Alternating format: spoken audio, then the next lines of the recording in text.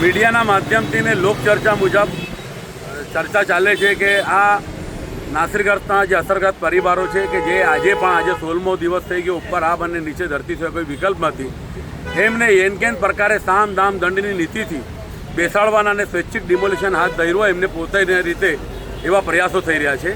પરંતુ અત્યાર સુધી એવા કોઈ વ્યક્તિ અમારી સામે આવ્યા નથી કે એને આ વસ્તુ કરી છે. 84 જેટલા પરિવારો છે કે જેના બિલકુલ મકાનો નેસ્ત નાબૂદ થઈ ગયા છે, જે સુરત મહાનગરપાલિકા અને સુરત શહેર એસઓજી પોલીસનો અન્યાયનો અત્યાચારનો ભોગ બન્યા છે.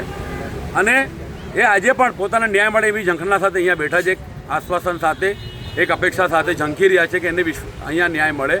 પરંતુ અત્યારે જેવી રીતે કે દાખલા તરીકે પોલીસ તંત્ર હોય કે મનપા તંત્ર હોય કે બીજા કોઈ પણ હોય, એમના વચેટિયા દલાલો મારફત કે એમના સગા સંબંધીઓ મારફત એમને દબાણ નાખી રહ્યા છે કે તમે આમાં શાંત થઈ જાઓ, બેસી લો, જે કંઈ આર્થિક પ્રલોભનો આપી રહ્યા છે.